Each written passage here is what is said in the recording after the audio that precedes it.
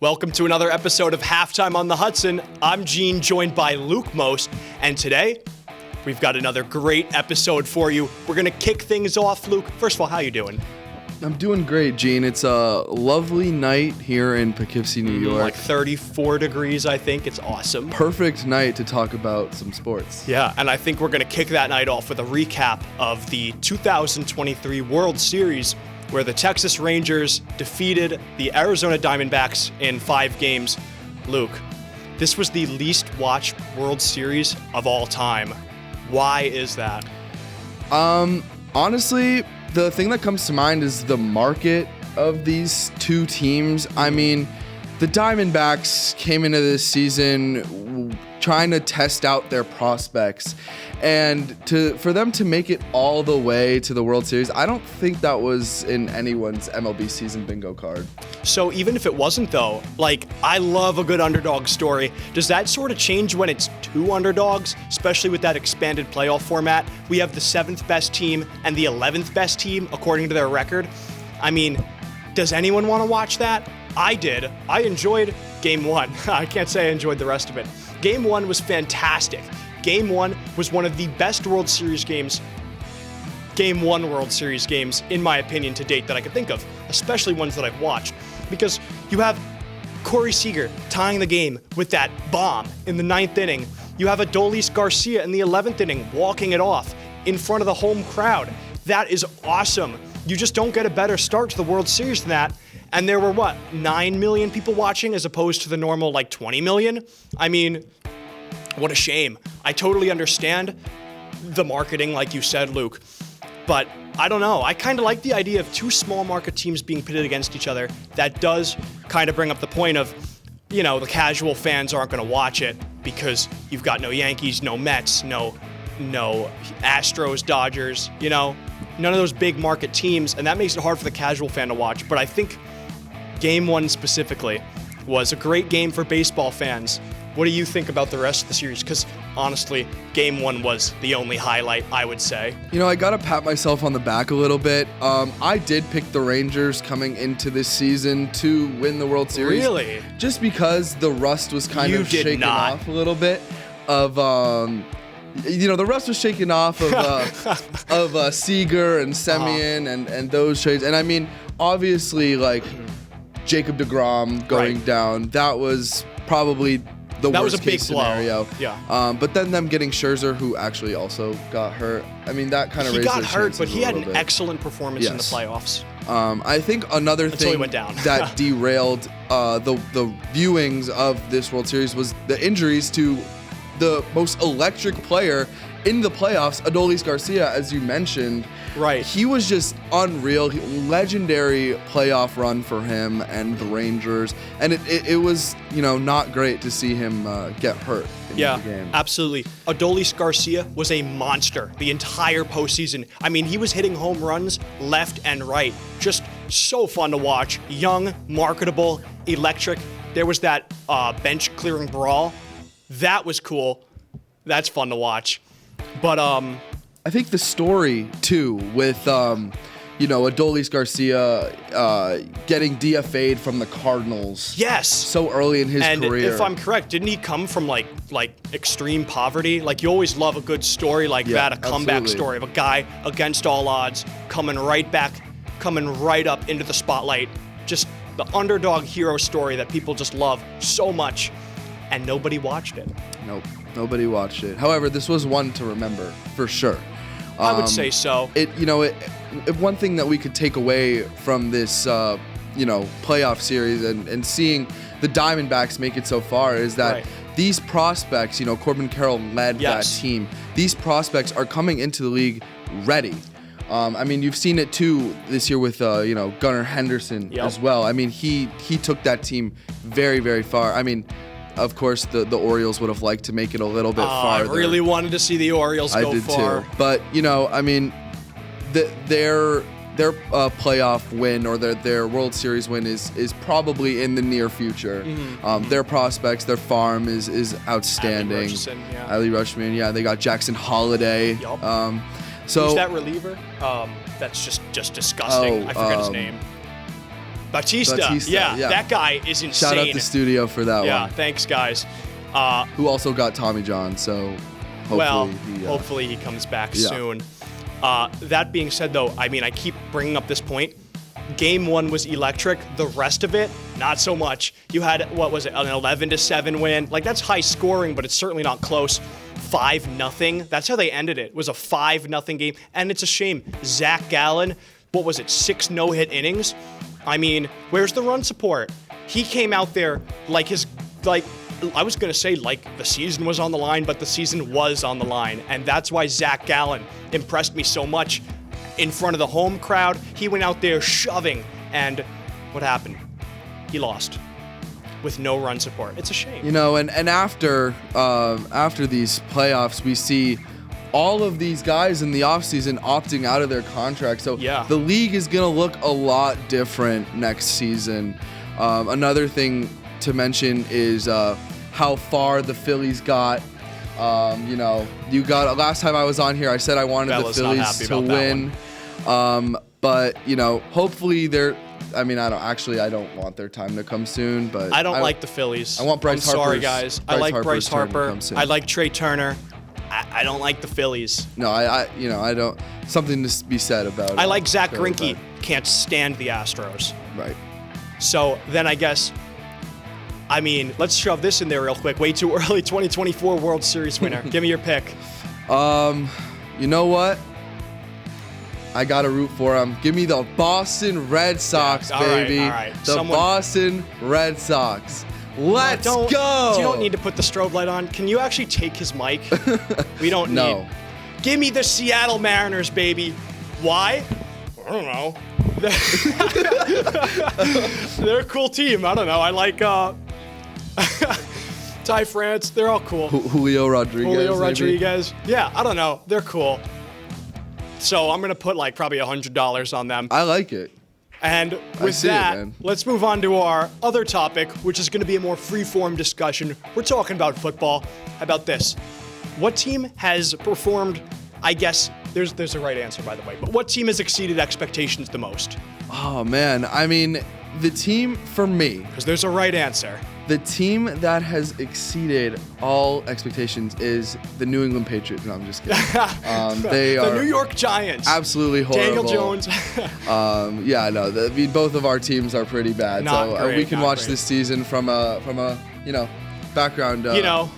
However, the team that has performed so well that we all love to see is the C.J. Stroud-led Houston Texans. Man, C.J. Stroud just 470 pass yards, 5 touchdowns. That is unreal, especially in your rookie year. People say, when C.J. Stroud was like, you're a horrible test taker. He said, I'm not a test taker, I'm a football player. And he proved that. He proved that he is indeed a football player and the shoo-in for Offensive Rookie of the Year. Yeah, I mean, to go out there and work with wide receivers like Tank Dell, Nico Collins, they're good. I like Tank Dell. He's great. But to go out there and work with, quite honestly, unknown wide receivers who really, this was I would say unknown Jimmy. I can hear him in there. Okay. So. Shout out Noah Brown. Yeah, shout out Noah Brown. But guys, for C.J. Stroud to come in there and turn this group of did you have expectations? Did you have expectations for Houston? No, nobody here had expectations for Houston. Nobody. So for C.J. Stroud to come in here and just ball out, that's awesome. I feel like this is a new format that we're going to start seeing in the NFL. Call out the studio more. But I really do think that this is something that I've been thinking about a lot, and especially with the Patriots too having so little success this season. Is I'm really liking the format of new head coach, new quarterback.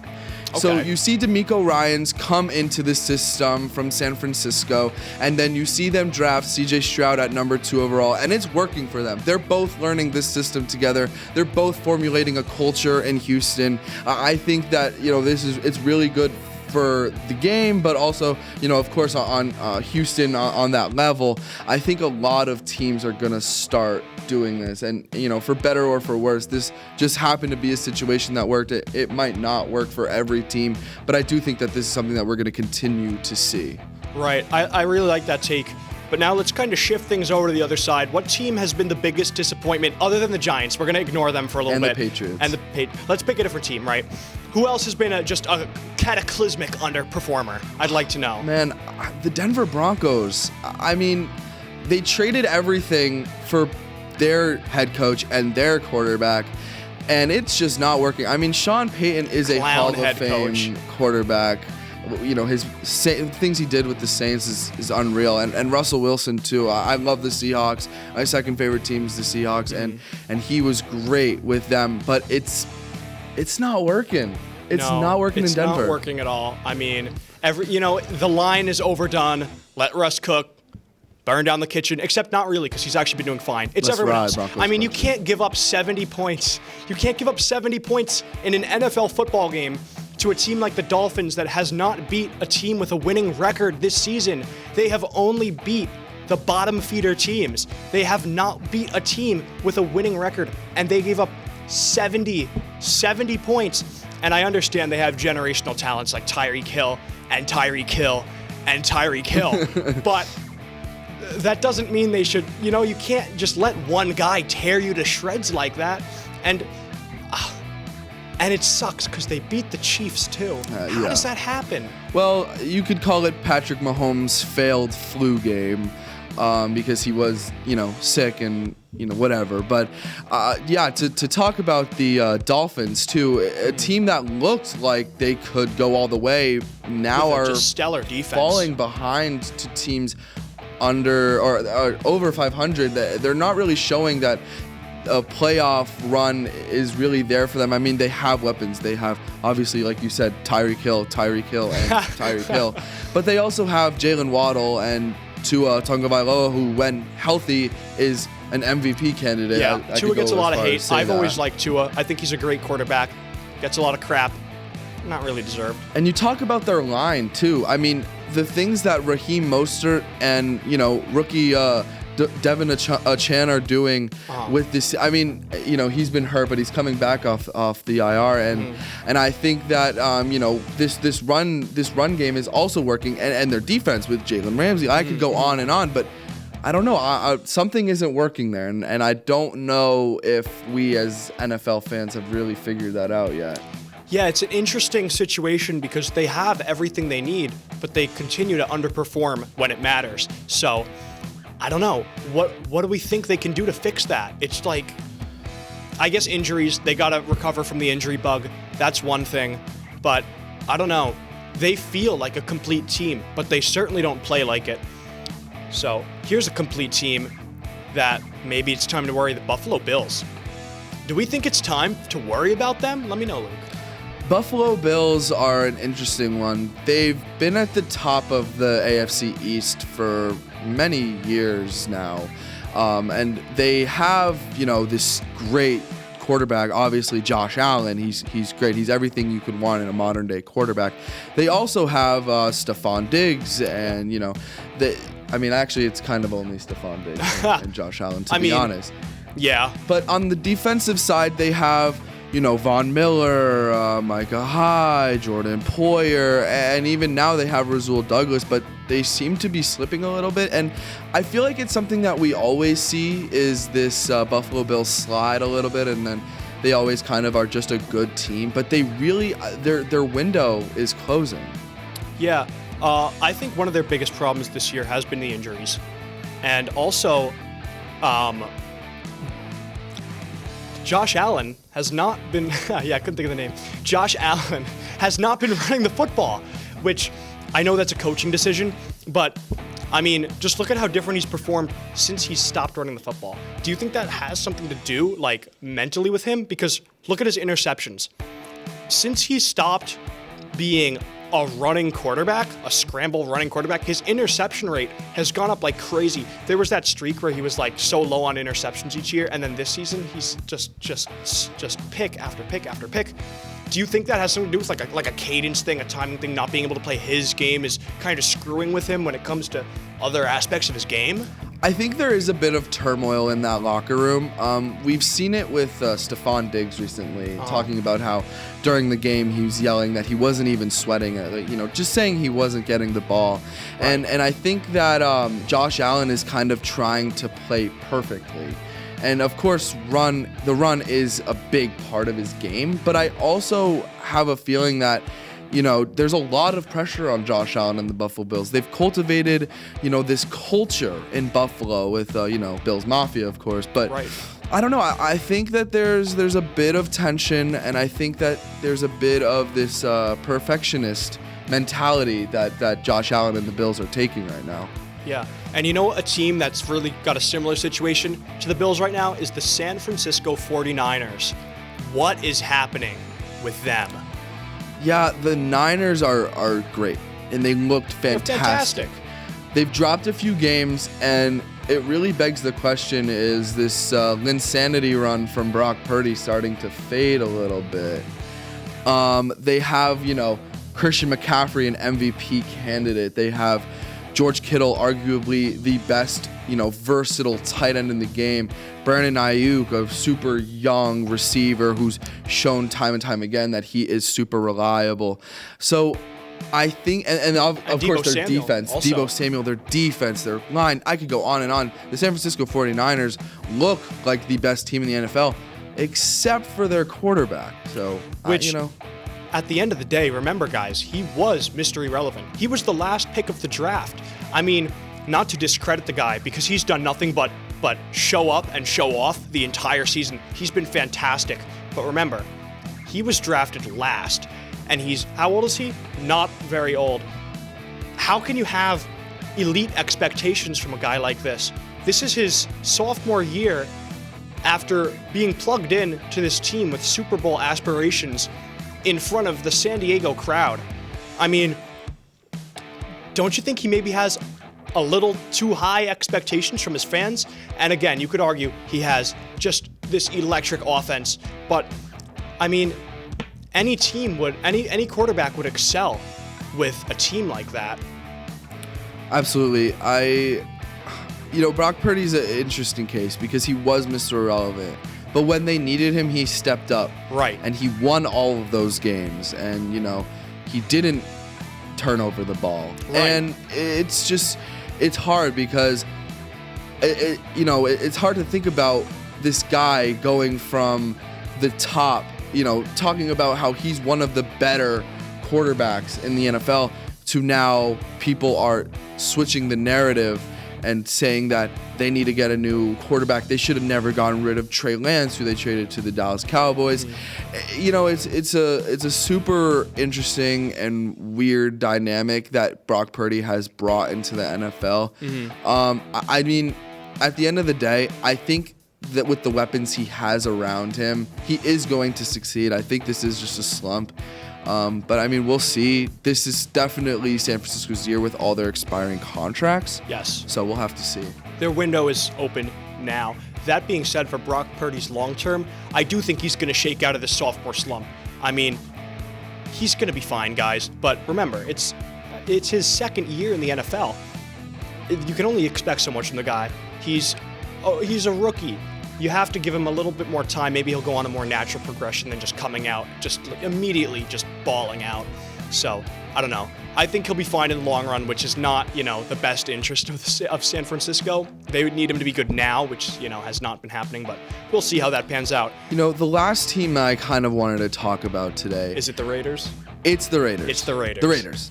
They have a new culture coming in. So this is the team to look out for right now. There's really not much to say about them. They've been struggling with Jimmy Garoppolo. Now they have Aiden O'Connell. But now with the personnel shift, I think that this is the team to watch for the rest of this NFL season. I think they're terrible. I mean, Devontae Adams doesn't get the ball. Look at how frustrated. Look at the locker room tension. I mean, it's not their year. There's nothing to say about them, so I'm not gonna. That's all the time we have for our discussion segment. We're gonna move it over to Prove Your Point now, where we have an intense competition coming right up. Stay tuned. Welcome everyone to another heated episode of Prove Your Point, where today we are poised for a fantastic battle. We're gonna introduce our first challenger, Nick Chiarito. He's a writer for NBA's Fansided. He's been on this show plenty of times. You all know him, you all love him. Nick, how are you doing today? I'm doing pretty well. The Knicks got a dub today, and that's always a good day in my book. Yeah. Let's see if that day can get better with a win over our other challenger, Marley Pope, the assistant editor for Marist's very own Center Field. Come on in, Marley. Let everybody know. How are you doing today? I'm doing great, Eugene. How are you doing? I'm doing fantastic because I have my favorite segment, Prove Your Point, and we're going to kick things right off. Guys, who's going to be the NCAA national champion? Marley, I'd love to hear what you have to say first. Well, college basketball started. It's a great time. I'm not doing any homework anymore the rest of the semester, watching college basketball. But for my national championship pick, I think the Kansas Jayhawks are going to go back and win this thing. They won 2 years ago, and I think they have the roster to do it again. No Jalen Wilson, no Grady Dick. They're both in the NBA, no problem. They brought in Hunter Dickinson from the University of Michigan. He's an All-American caliber player, 7'2", obviously banging the paint, but he can shoot threes. He's good off the dribble. He's good off the pick and roll. He's going to be the focus of this offense, and every team that plays Kansas are going to be terrified to play against him on a nightly basis, especially if he starts shooting threes. Their first game on Monday or Tuesday, he was 3 for 3 behind the arc, so if he keeps doing that, that's really scary, really hard to defend. Their point guard, Dejuan Harris, might lead the Big 12 in assists per game. Last year, he was second in assists per game with 6.2. I think this year, with the ball in his hands more, he's going to create plays for guys like Hunter Dickinson, and he's going to have a great year leading them. They made 2 impact transfers this offseason. They brought in Nicholas Timberlake from Towson, who's a shooting guard. He averaged 17 points a game for the Tigers, was an all-conference caliber player. They were 1 game away from the NCAA tournament, and he's a sharpshooter. He shoots 40% from 3 for his career. He can shoot off the screen. He can shoot off the dribble. He can drive to the paint. He's got hops, too. Like, he'll dunk on you if you let him drive. So he's going to be a good guy coming off the bench. And another transfer is Parker Braun from Santa Clara. He's a 6'10" forward, a graduate student, has played a ton of college basketball in his career. Last year for Santa Clara, he averaged 8 points a game and 6 rebounds. So he's just another depth piece for the Kansas Jayhawks this year. For head coach Bill Self, he's one of the best coaches in the game, just renewed his contract. I think this year with their roster, they have the chance to go all the way. They have the experience, and after last year they lost in the second round to Arkansas, they're going to be hungry to advance further in the tournament. Marley, I hate to cut you off, but Perfect timing. We do have to let Nick talk too. A lot of information here. You're locked in with Kansas. Nick, what do you think? I mean, I think most of what he said was mumbo jumbo because Kansas. Oh! Hey, Kansas entered this season as the preseason AP poll top seed. There's a reason for that. The last time the preseason top seed won the Natty was 2009, which was North Carolina. And as you said, last season, even though they won in 2022, they lost in the second round. And the only thing that, when it comes to college basketball, doesn't matter how you play in the regular season. Obviously, you have to play well enough to get there. But it all matters how they play in March. And in words of my good friend, Derek Dowgiallo, picked this team in the before the tournament started last year. I'm picking them again this year. The UConn freaking Huskies. They're bringing back 5 players that were on that roster last year that won the national championship. And going into this year, they added Stephon Castle, who is projected top 10 pick for the NBA draft. They also have Donovan Clingan, who's 7'2". He can match with your 7-footer too. He's a projected lottery pick. He was also on that championship team last year. And not to mention they have Tristan Newton, who I believe is going to be a second-round pick in the draft. He was also a great playmaker and was also on that Natty team last year. Those are good points, Nick, but you mentioned the number 1 AP team not winning the championship since 2009. A team hasn't gone back-to-back since 2007. It's tough to go back-to-back. They got a target on their back the entire year.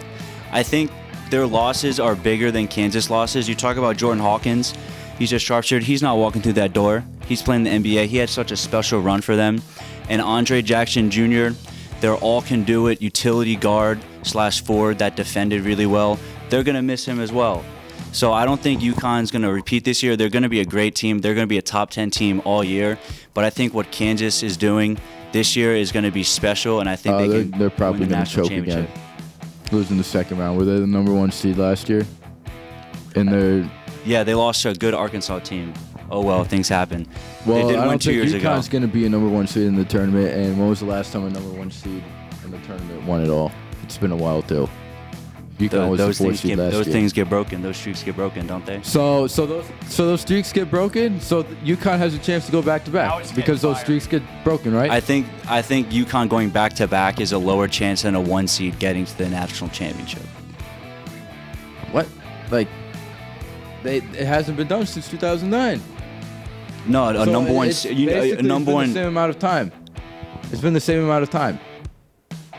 I mean, to be fair, it's way too early to predict what's going to happen, but Well, that's no fun. That's what we like to do here is predict things way too early. That's So true. I'm going to stop this one right here. We have a huge studio audience right now casting their vote as we speak for the winner of this first debate. They are having a field day back there in the ballots. And while they do that, we're going to move on to our second topic. Before you guys talked about how seeding doesn't matter, let's move that on to the seeding in the NBA. Who is the most improved NBA team? This time, we're going to start with Nick. well, so far through the season, I believe that this team is going to continue their improvement. They went 34-48 last season. They had a 5-20 start in their first 25 games, and then for the rest of the season, they went 29-28, and they beat the Boston Celtics 3 times. And I just lost some votes in the back. Some But criticism. There's it's going to be the Orlando Magic. Yeah, I know my audience. Shut up, Dan. I beat you in a 1v1 earlier. Oh, he's firing some shots directly into the studio. But this team is very young. They have Paolo Banchero, who was the Rookie of the Year last year. Franz Wagner, who has been amazing his first couple of years in the league. Jalen Suggs. Now, he was hurt last year. He was also a rookie. This is his second year. Cole Anthony's playing amazing. Markelle Fultz, Wendell Carter Jr.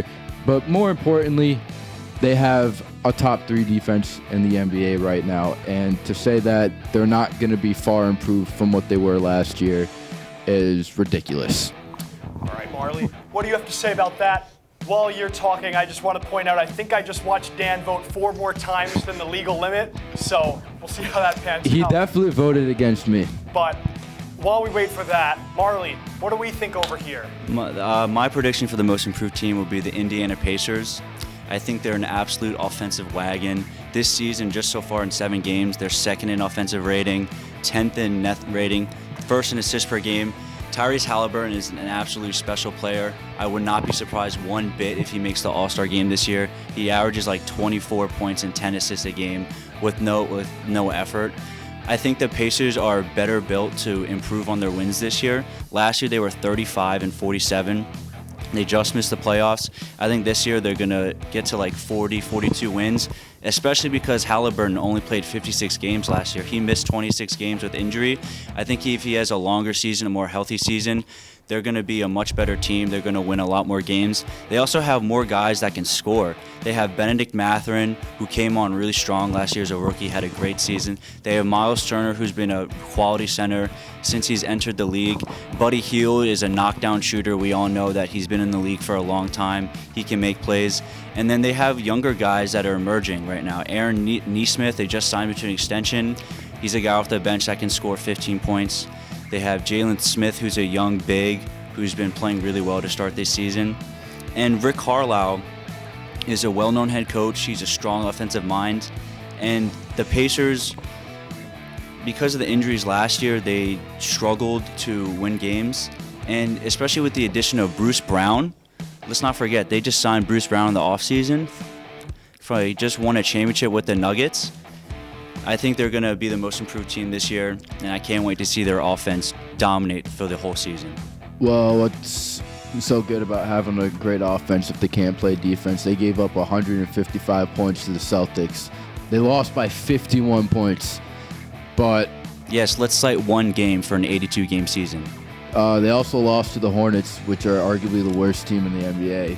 Yeah, you lose games in the And NBA. they lost to the Bulls, who are also They have the pretty same bad record team. as the Magic, so I don't know where you're getting at. Well, to be fair, the Magic lost to the Lakers, Clippers, and Mavericks, all that have had good starts to the seasons, while the Pacers, on the other hand, have lost to 2 bad teams. Yeah, that's what happened. I would also say that if the Magic and Pacers played, I like the Magic chances. I don't like the Pacers. Magic's chances because they're already injured. They're already down 2 starters. It's been 7 games. You think they're going to play the whole season? Well, Halliburton has been injury prone, right? That's one guy. Miles Turner, injury prone. They're not injured right now, are they? They're playing So- good basketball, so. I mean, yeah. I would Also, the agree with you. Magic can't shoot. None of their players are good three-point shooters. Hey, you said that. This is the modern Pacers NBA. Had the 10th highest net rating? This is the modern NBA. You need to shoot threes in order to win Hey. games. The Magic can't shoot threes. Paulo can't shoot threes. Franz can't shoot threes. Yeah, Jalen Franz Suggs can't shoot threes? No. What's his percentage? 38%. Oh! Oh, so that's one shooter. Who else shoots on that team? Oh! Jalen Suggs. I mean, Jalen he's Suggs shooting is it well. terrible. Jalen Suggs is terrible. Don't give me that. Markelle Fultz turned it around. Can't shoot. He turned it around. Can't shoot. Well, Halliburton, based off 40%. Buddy based Hield, off 38, of- 40%. Mathurin, 36%. Miles Turner, they're all going above. in right They're all now. above What you're saying is 35%. that They they're can gonna shoot live the and die ball. by the 3? Is that what you're saying? They're going to live and die by the 3? That's the strength of the offense, but they are first in assists per game. They keep the ball moving. They keep you on your toes. They can shoot from multiple places. Multiple guys can go off every game for 20. How many guys on the Magic can go for 20 on a given night? Maybe 2? Paulo, Wagner, Suggs. Suggs, get out of here with Suggs. What Get are out you of talking here. about? Get He out was of here. killing the Lakers. He's not good, bro. He's not He's- good. I'm sorry. He's not good. He's just his performance hasn't translated since being drafted from Gonzaga. He I'm was sorry. hurt last year. Okay. You got to give him a chance. how He's long? a guard. Guards. This is his 2nd season. Okay. I mean, Jason Tatum had a sophomore slump after going to the Western Conference Finals. You got to give these players time. Andrew Wiggins was a bust for the majority of his career until he got to Golden State. Julius Randle was Wasn't terrible Aaron Wiggins until like a he got number 1 to the overall Knicks. pick? I don't think Jalen Suggs was a number 1 overall pick. He was the number 4 overall pick. Yeah, they picked him way too high. No, they didn't. All right, well, guys, I'm going to come in and interrupt here. Either way, Pacers are better. I'm sorry. The hair is standing up on me right now. It's so electric, all that static from the electric takes from both sides. We have one more debate. It's going to be just as fearsome. We have in the NFL, the AFC Conference. I'd love to know who they think are going to take home the AFC Championship and pave their way to the Super Bowl. Marley, the floor is yours. All right, so for the AFC, I'm going with my Baltimore Ravens. The way they've been playing this season has been absolutely special. I haven't seen their defense play like this since, well, I wasn't even alive when the 2000 Ravens defense existed, but their defense is playing outstanding. Let me throw you out some numbers, okay? Just listen.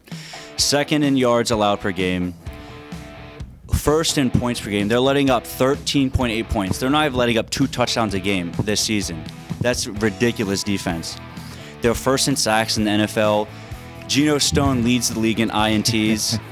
And they're 2nd in EPA per play allowed. That means every play against the Ravens defense, you're scoring negative points. You're not going to win games against this Ravens defense. They're shutting down everybody this season. Let's talk about Lamar Jackson. Not the Steelers. And not the Steelers. Yeah, Not the Colts. they lost a division game.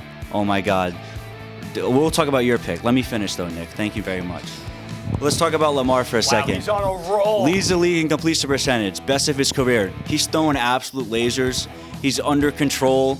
He has weapons this year. Let's think about this. His best weapons his first 5 years, DeMarcus Robinson, Seth Roberts, John Brown. All he had was Mark Andrews to rely on. Those wide receivers are terrible. This year, he has Zay Flowers, first-round rookie. Ridiculous. He had Hollywood Brown. We traded him because he was complaining about targets. We have Odell Beckham Jr., who's a veteran. He's teaching the young wide receivers how to play. And this year, it's a first-year offensive coordinator, Todd Monken. Different offense. We still have a really strong rushing game, best rushing in the league, but the passing has been more balanced. And I think what the Ravens are building is just special. They have guys at every position that are really good in the league. And Lamar is playing out of his mind, MVP level. And the defense, like I said before, is playing at a historic level as well. So hopefully this year they finish strong to end the season. And I know they have issues in the playoffs, but I think that would be different this year. They have a different mentality, and they're going to go to the Super Bowl this year and contend. Well, do you know who else has a very great defense and a shockingly great defense? The Kansas City Chiefs. This is the first time in Patrick Mahomes' career where he has a top 5 defense. And you said that the Ravens were second in yards allowed per game. The Chiefs are 4th, obviously not as good. The Chiefs are also 4th in pass yards per game. And the Chiefs are 2nd in points allowed per game. So you're giving Patrick Mahomes, arguably the greatest quarterback, or on the way of being the greatest quarterback of all time, one of the best defenses in the NFL, where he's never had that. They played the Dolphins last week that scored 70 points, and they held them to 14, the lowest of the season. And the Dolphins also have a very good run game with Raheem Mostert, and he was ineffective. Tyreek Hill has been so explosive this season, where he was averaging 130 yards going into that game, and they held him to 62, which is below half. Now, obviously, 62 yards is a lot for an average receiver, but we're talking about Tyreek Hill here. Now, in Mahomes' matchups against Lamar Jackson, he is 2-1, and the one loss was a 1-point loss where Clyde Edwards-Helaire had a fumble in the last minute of the game where they were in field goal range. And also the playoffs. The Ravens, Lamar Jackson it's only won 1 playoff game. Mahomes, on the other hand, has won 2 Super Bowls. And the biggest question surrounding the Chiefs are their pass game when you have the greatest receiving tight end of all time and one of the greatest quarterbacks of all time. They have the bye week. They also have a fairly easy schedule left where they're probably going to keep the number 1 seed, and the Ravens are going to have to go to Arrowhead. That's fine. They're not going to win at Arrowhead. Fine. Let me mention one thing. Mahomes. You got to go through the Arrowhead Invitational. Mahomes is 2-1 against Lamar. Let me bring you back to 2018, Lamar's rookie season. Okay, He went into Arrowhead. He beat him in his MVP. No. Listen. Just let me finish. He went into Arrowhead. Mahomes was on his back that game. Lamar outplayed him. Mahomes won that game by flinging up a 40-yard prayer to Tyreek Hill to win that game barely in Lamar's rookie season. Probably his 4th career game. So that's fine. He's 2-1 against Lamar. That's great. Actually, he's 3-1. My mistake. Because okay, that's fine. He played him. I'm not worried. He played him in the MVP year where the Ravens had a top 5 defense, and they beat him. They went 14. This defense is better. I would agree that this defense is better, but the Chiefs' defense is also a lot better this year. They're good. Do you think that the Ravens would want to see a Chiefs team that has Patrick Mahomes, Travis Kelce with the top 5 defense? Plus, I'm not worried. You're not worried? How about your own division? Are you not worried about the Bengals? No. You guys are the 2nd seed right now, and if the playoffs were to start today, you'd have to play the Bengals. We played Burrow well the last 2 or 3 years. He was on a hurt hamstring, and you beat him by 3 points. I'm not worried. I'm talking about last playoffs when he needed a 98-yard fumble return for a touchdown to beat Tyler Huntley. We're talking about this season. You brought up the Bengals. This is the same team. No, first of all, the Bengals are not. I don't know why you're talking about the Bengals. I'm not worried. We're talking about Ravens, Chiefs. Ravens, Chiefs. I'm not worried about the Chiefs. Why aren't you worried about the Chiefs? Because I have confidence in the Ravens. What confidence is there? They have the best defense in the league, and Lamar's playing the best ball of his career. Simple as that. Lamar's the most dangerous QB. The Chiefs have arguably the 2nd best defense behind the Ravens. Also, I forgot to bring up, the Chiefs' offensive line are 1st in pass block win rate. The Ravens lead the league in sacks. Oh, do you know who led the league in sacks last year? The Eagles. And Mahomes had 38 points on them. Playing a tough defense is not a problem for him. They also have the best corner duo in football. So locking down Zay Flowers and Odell Beckham Jr. is not going to be a problem. And then the Ravens run the ball down your throat like they do every other team. The Dolphins don't run the ball well? The Dolphins are. You can't talk about the Dolphins are like pretenders, man. What about the Dolphins Jags? are pretenders? Do the Jags run the ball well? The Jags aren't that. What about the Lions? They run the ball well. They won that game because we of a beat them pick 38-6. The Ravens beat them 38-6, and then the Chiefs lose to them at home. You also lose to Russell Wilson Chiefs and the didn't Denver have Broncos. their- You lost to the Denver Broncos. Think about that. You guys the Denver lost Broncos. to the Steelers and you lost Yeah. to the Colts. Yeah. Every single team, all of the good teams have had bad losses this year. I'd say losing to Denver is probably the worst loss though out of all of them. Comparing these two teams, losing to the Steelers, a division game on the road, that's not terrible. Losing to the Colts at home, Patrick Mahomes that's not was also terrible. sick in that game. You don't think playing with the flu affects your play? Still shouldn't lose to the Denver Broncos. Also, Lamar Jackson has an injury history. How do you He's know been not gonna injured get 2 hurt? out of the 5 years he's been in the league. I wouldn't The call that last an injury. 2. Okay, that's 2 out of the 5 years he's been in the league. So That's called recency bias. The last 2, there's an injury history. Yeah. Which means that there's a good chance that it can repeat again this year. He's not getting injured Odell this year. Beckham Jr. has also been injury prone. Since he's left since his second to last season with the Giants, he's been injury prone. I'm not worried. You Odell's should in a be. different mindset. He's in a different mode. Probably looks because fantastic. He finally got paid, which they should have done a long time He looks ago. fantastic. But Guys, Marley's not worried, and neither is Chiarito. And so, with that, probably lost, we've I'm not pretty gonna much lie. ran out of time. The audience has spoken. Here comes Jimmy Tsiantoulas to give me the results. I probably lost because of my Boston Celtics take on the Magic Pacers thing. I'd be surprised. Okay.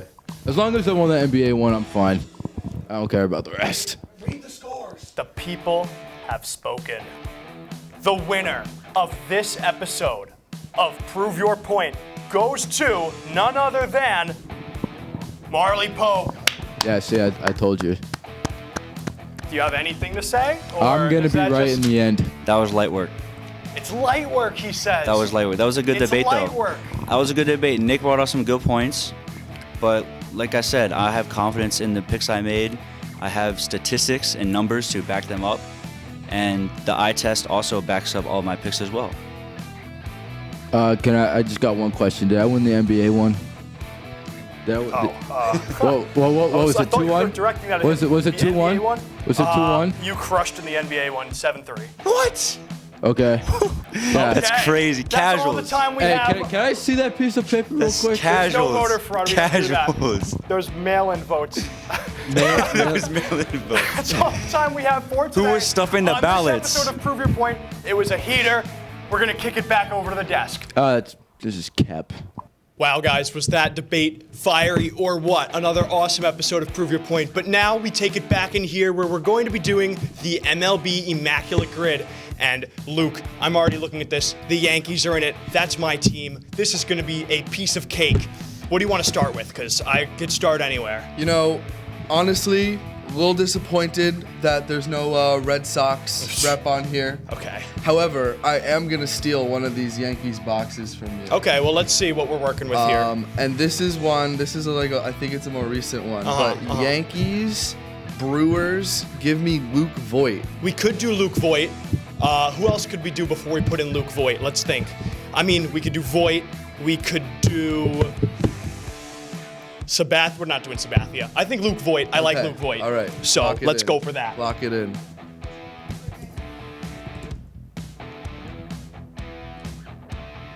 Seven 7%. Not bad. Okay. We could do better though. And you know what? I'm taking a look at this, and I'm Luc Voit. Luke Voit with 7%. Lock it in. Luke Voit. I miss him. He was fun. But now I'm taking a look. We've got Yankees and the Angels. There's a couple things we could do here. My first thought, Bartolo Colon. My second thought, okay. Gio Urshela.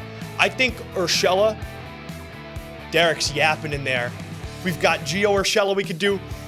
You know Bartolo Colon's playing in In that new league. Yeah. Is it a Dubai league? Yeah, I think it's the Dubai League. He's at what, 50? He's so old. He's I old. wanted to get He's his an old man. his book. It's like his book is just called Big Sexy, I think.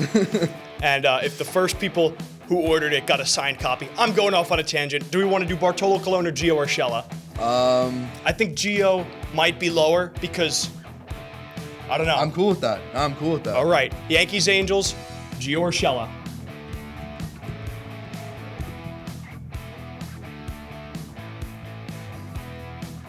%. All right. 8%. Now, I'm curious to know what Bartolo Colon would have been. Maybe, I don't know. I'm sure it would have been higher. What's so next? I'm seeing, okay, so this is kind of going to be a bit of a casual one here. Okay. However, I will make it so this player is not on this team anymore. Okay. So I'm going to do Braves Silver Slugger Freddie Freeman. Freddie Freeman. We could do that. That's for sure an answer. Do you think that's going to be higher or lower than Chipper Jones, though? Because we could do Chipper Jones, we could do Ronald Acuna. That's a good point. So I think those are going to be the top 3 for sure. Definitely. But honestly, I say let's just go Freddie Freeman. Yeah, let's do it. So, Silver Slugger. 16%. That's. Freddie I'm Freeman. sure Chipper Jones was higher than that, and I'm sure Ronald Acuna Jr. was even higher Definitely. than that. So let's kind of move over now. Yankees, Braves. I think a lot of people's first thought are going to go Robinson Cano and Nick Swisher, but don't forget, Babe Ruth was a Brave at one point. Now here's the question though, of those 3, it's kind of tough. Which one do we think is going to be the lowest? Because does Andrew Jones fit there? he might. I'm not sure off the top of my head if he was a Yankee. But I mean, how many of them do you think are going to put Nick Swisher? I don't even know who that is. We're going to lock in Nick Swisher. 1%. Wow. Nick That's a good Swisher. He one. was a clown. I That's liked a good watching. one. He was bang. I heard that in the studio. What's next? Okay, I'm gonna stick on the Silver Slugger train. Can't go wrong with that. So I'm just gonna do a basic one, but if there's another one that you know, obviously we can do that one too. Nothing wrong with the basics. Silver Slugger Brewers. Let's just do Christian Yelich. Christian I feel Yelich. like that's easy. I thought of a couple other options. Let's see. I think Yelich might be our way to go here, but we could also do Ryan Braun, or we could do Robin Yount. Is that how you pronounce his name? Hall of Famer, I should probably know that. Paul Molitor, perhaps. I mean, listen, if you know your Brewers history. I don't. Oh, okay. So we've got 4 options though. Prince Fielder might have had one too. I kind of miss Prince Fielder. What are we thinking? Did Paul Molitor get a Silver Slugger? Wow, this guy. Does knows anyone his even stuff. know who that is? I kind of want to try him. And you know what? It might be wrong, but Let's do it. I want Paul Molitor. You know what? Let's do it. Oh, 7%. nice. So, no, you got to put it in. It's Paul Molitor is what we decided on. All right, they're locking it in. 7%. We've got a pretty good grid going. I'm going to take initiative and go for my next one. Angels, for it. Silver Slugger. Everyone wants to say Mike Trout. I've got a bigger fish. I would've said Tim it. Salmon. Wow. Tim Salmon. Bigger Kingfish, fish. baby. Kingfish. What a pull. Oh, yes. I hear them doubting us in there. 8%. We've got a fantastic grid going right now. Wow. I mean, Kingfish. listen, Tim Salmon, baby. I can't do too much here for the rest of the grid. The only one I know is Angels, Nats, and obviously Rendon. That's what I was thinking. I was thinking Rendon. So we're going to go ahead and do that with 42%. 42%. I guess we're frauds. But I think the rest of guess our so. grid's good enough. So let's kick things over to Washington and the Brewers. Wow. I have no idea. I think Matt Stairs, he was a journeyman. I mean, I know for certain that he was a Brewer. I'm not sure if he was Washington. I think I'm gonna put Matt Stairs though. He was a German. There's a video of Matt Stairs hitting a home run against the A's, or maybe he's on the A's at this point, or the Phillies. I don't remember, but he hits a nuke. It's crazy. I think Matt Stairs, if I remember correctly. All right. Let's see it. Yeah. All right, 5%. Wow.